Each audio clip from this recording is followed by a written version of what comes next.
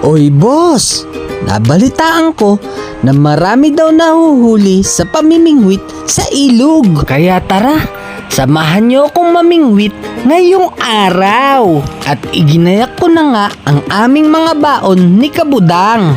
Ayan, at napaso pa nga ako. Ginagaya ko kasi si nanay. Nahihipo nun yung kaldero kahit mainit. At isinara ko na nga ang pinto para tayo'y makalarga na.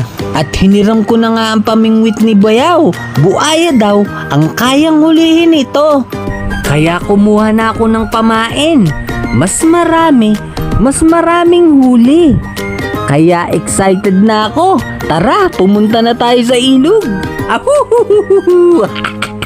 At isinaling ko nga pala ang aming mga daladalahan ni Budang kay Kuratchoy. Ayaw kasing ipadala ni Budang si Kabudang.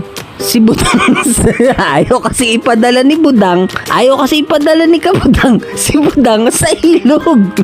Naintindihan niyo ba? Basta papunta na kami sa ilog. Yung e-bike kasi si Budang.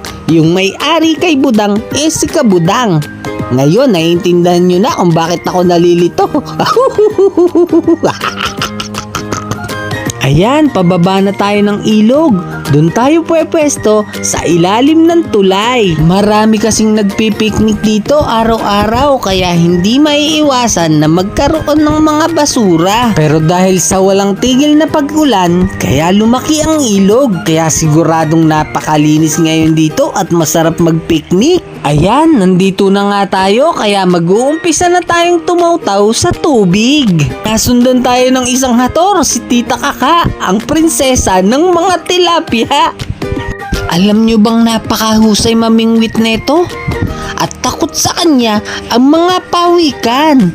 Isang beses kasi namimingwit siya, nakahuli siya ng pawikan, ay tinuktukan niya sa ulo.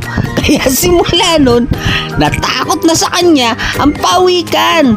Tuwing makikita siya sa dalampasigan, sinisilip muna siya bago magtago. Mukhang hindi naman totoo ang balita. Kanina pa tayo rito, pero kahit isa wala pa tayong nahuhuli.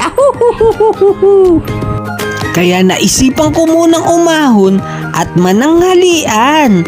Tara, kain tayo. Masayang-masaya ang mga bata sa pamimingwit. Pati si Tita Kaka nag-i-enjoy din.